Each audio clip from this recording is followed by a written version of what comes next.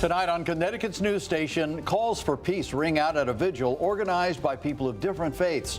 What they had to say as the violence rages on in the Middle East. A family in mourning, a toddler without their mother. During this Domestic Violence Awareness Month, we're learning more about the struggles victims face to keep themselves protected.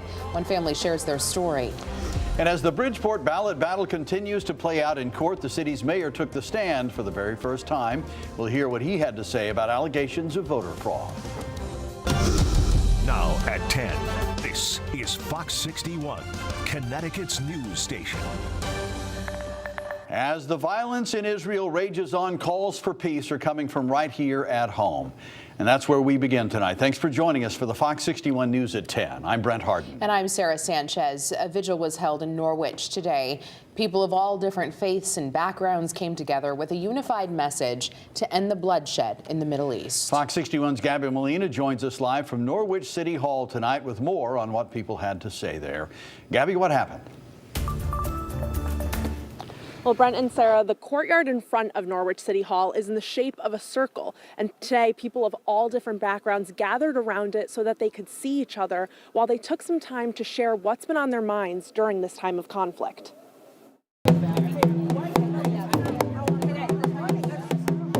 In moments of darkness, people of all different beliefs and backgrounds are standing together, hoping to be a beacon of light. In times like these, we feel we must respond. Calling for peace and reconciliation to end the suffering felt by so many around the world. I mean, we are well aware of the divisions, well aware of that. Yet we say, let's gather here in community, in Norwich community, and grieve and be angry, to cry and to pray. The Norwich Area Interfaith Association inviting members of the community together Tuesday to speak and to listen to each other's points of view. There's a common ground in that we're all the children of God. It's pure and simple. My Bible says we're all children of God. During a time of division and conflict, the Norwich community wants to send a message of unity. We have people all across the world living in Norwich, and we want to give a message of solidarity, message of peace. But recognizing in order for there to be peace, there must be action. Peace is not to gather and sing and dance about peace. That is not the real peace. Peace is to live in tranquility. Calling on each other to stand up. And I think we as Americans do have a duty to empower our federal leaders so they can play the role and help mediate the civil unrest which is happening all around the world. And if even for just a few moments, to find comfort in being together. But there's only one true definition of the word peace, and that's living in harmony with our brothers and sisters. Norwich is a very diverse community. Local leaders say that in the public school system, there are more than 32 languages spoken and more than 60 cultural days celebrated. Live in Norwich, Gabby Molina, Fox 61, Connecticut's news station. All right, Gabby, thank you. Time now for a first check on the forecast. We are in for a stretch of decent weather, but it does not hold up heading into the weekend again. Yeah, surprise, surprise. We have more rain on the way. Chief Meteorologist Rachel Frank joining us. I know you're having a little bit of a computer issue. Poor Rachel. I am. Oh, no. I can see that my computer application completely closed out. Oh, no. Okay. But I can tell you guys this. Tomorrow is going to be a beautiful day. We're looking at high temperatures that are going to climb into the low to mid 60s. And we'll touch base in a little bit and talk more about what's in store as we head towards the weekend, guys. All right. Yes, we'll let your computer figure it out. Thank you. Turn Rachel. the lights on over there, Rachel. Well, new here at 10, October is Domestic Violence Awareness Month. And tonight, a Manchester family is doing their part to spread awareness, sharing their story of losing a loved one earlier this year. Fox 61's DeAndrea Turner has their story. It's more than just your typical basketball game. My daughter, she loved balling. That was her passion. Inside Manchester High School's gym, supporters would usually be sporting red and black at the games. On Tuesday, the color was purple for a fundraising tournament in honor of 22-year-old Anastasia Paul. Back in July, police say Paul was strangled to death by her child's father. She left behind her 1-year-old son, Major. He goes up to his mother's picture every single day, points and says, "Mama." so he really misses his mother. This year, there have been at least 7 domestic-related murders across the state. While Anastasia's family is still grieving their loss, this Domestic Violence Awareness Month, they wanted to bring attention to the matter. As time goes on, it gets harder and harder, and this is something that we're never going to get over. We have her 1-year-old son here, we're taking care of him, and we're just doing the best we can, and we're trying to support anyone else going through this too. Her family says proceeds from Tuesday's tournament will go to support her baby boy.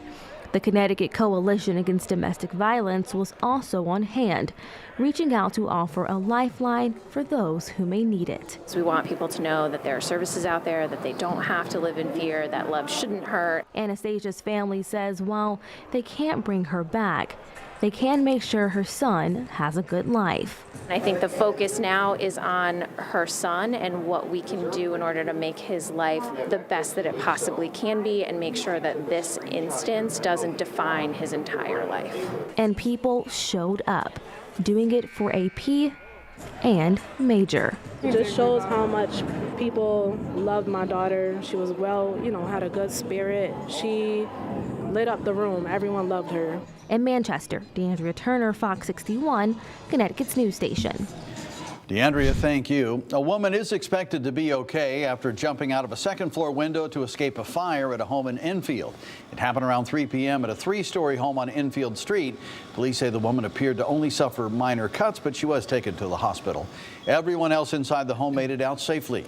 Firefighters say this was an older-style house, which made it challenging to put out the flames. These are all in this area. These are all older mill houses, so the construction of them is a lot of lath and plaster, a lot of overlapping boards, a lot of voids in this building, so we're going to be here a few hours. Yeah, a section of Route 5 was closed for hours while investigators looked into the cause of the fire, but it is reopened now. We're told 12 people were displaced. It's believed the fire started on the front porch, but that has yet to be confirmed by the fire marshal.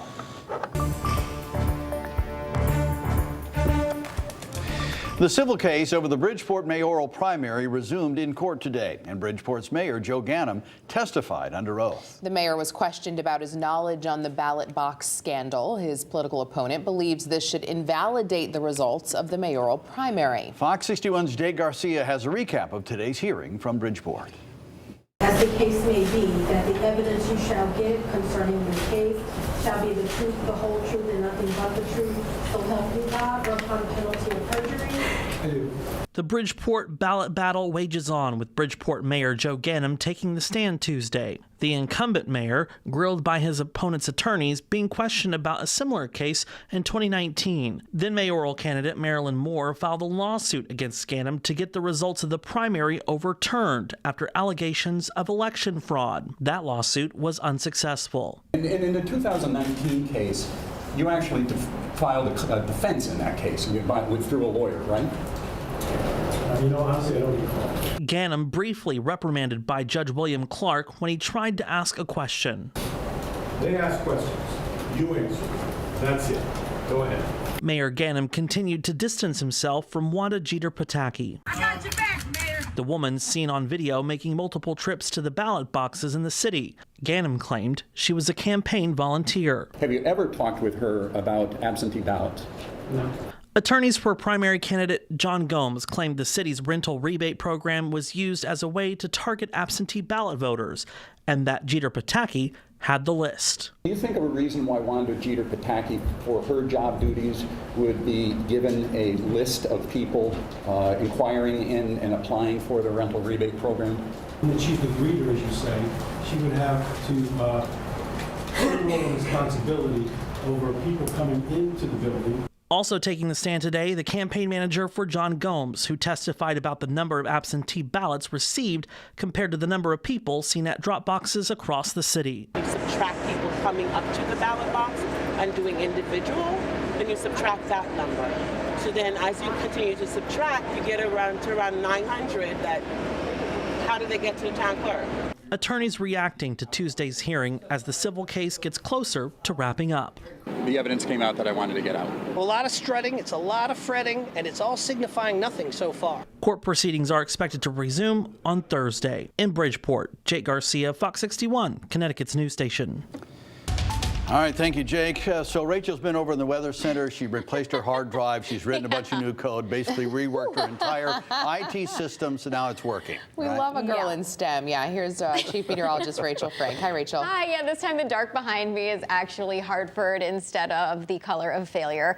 54 degrees right now in Hartford. It is a beautiful night ahead. Earlier we had some hit or miss showers, light sprinkles out there. I don't think that's the story heading into the day tomorrow. It's looking really nice for Wednesday and for Thursday. Thursday, likely the warmest day of the week. Right now, we're looking at temperatures in the low 50s for Windham, upper 40s in Danbury, and we're looking at overnight lows that will hang in the 40s as we head towards daybreak tomorrow. So for the kiddos at the bus stop, again, 40s to start off the day with partly cloudy skies. We'll see the clouds fill in a little bit as we head through the afternoon, kind of like we did today, with high temperatures rebounding into the low to mid 60s as we head through the afternoon. So similar numbers to today, maybe a degree or two higher, and we'll add another degree or two for Thursday as well, with plenty of sunshine. But of course, like we've seen, 5, 6, 7, 8, 9, 10 times in a row, we have the chance for some rain for Friday into the upcoming weekend. We're going to talk more about the timing of this and when you can make outdoor plans coming up.